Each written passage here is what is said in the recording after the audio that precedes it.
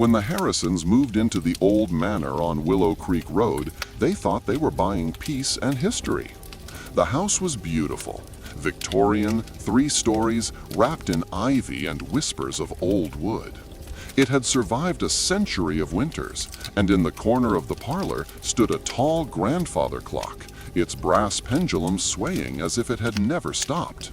It came with the house, and the realtor, a pale woman with tired eyes, had only said, "Don't try to fix the clock.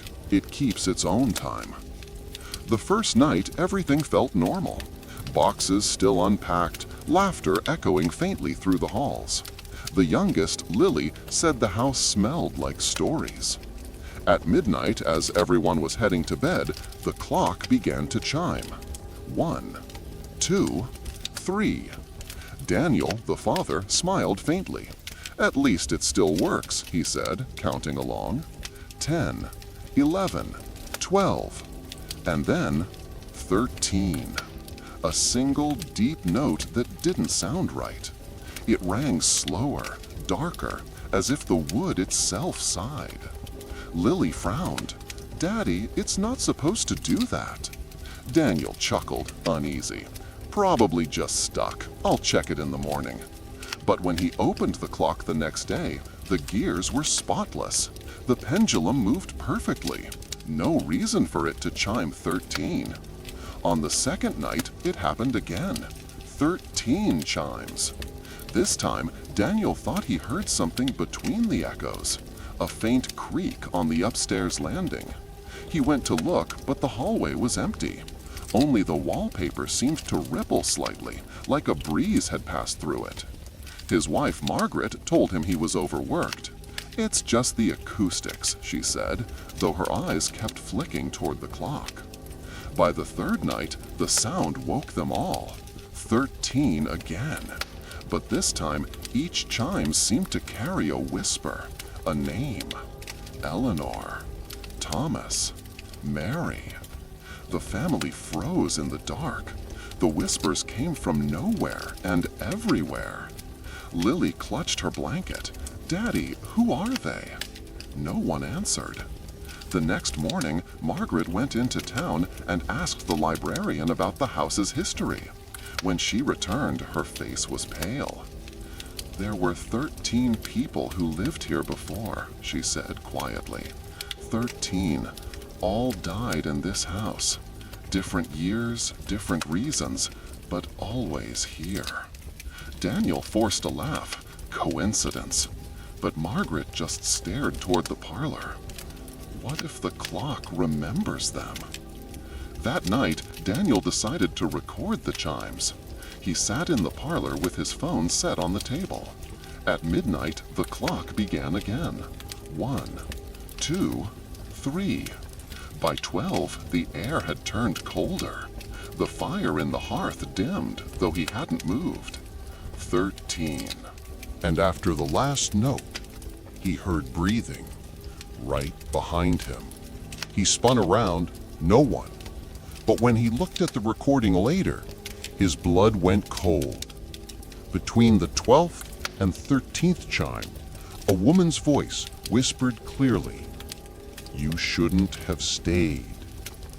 The next morning, the clock's hands were frozen, both pointing at 12:59. No matter how he adjusted it, the time wouldn't move. That night, Daniel woke to a faint ticking in his ear. He sat up. The sound wasn't coming from the clock anymore. It was coming from inside the walls. He followed it to the hallway. The wallpaper there was peeling, and underneath, he saw something carved into the plaster. 13 tallies, fresh. When he touched them, the ticking stopped, and a faint voice whispered his name. Daniel. He stumbled back, heart pounding.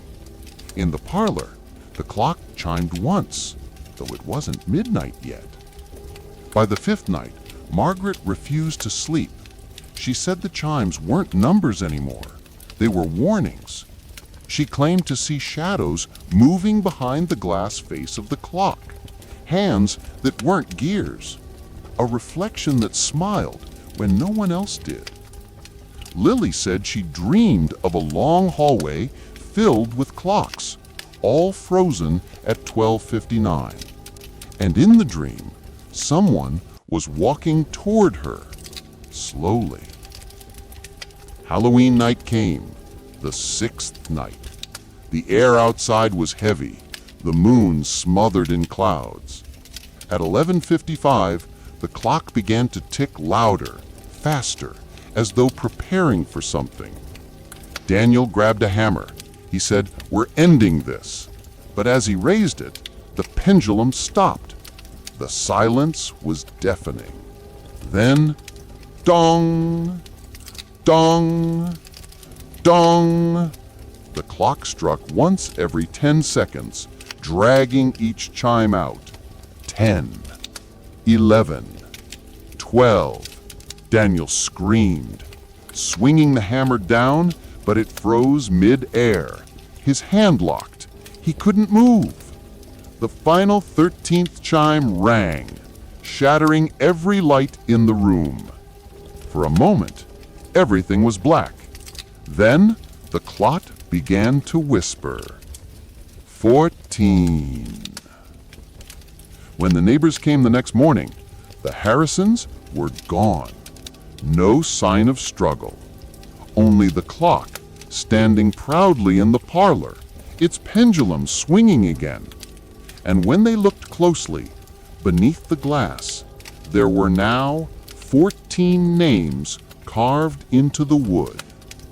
The last one read, Lily Harrison.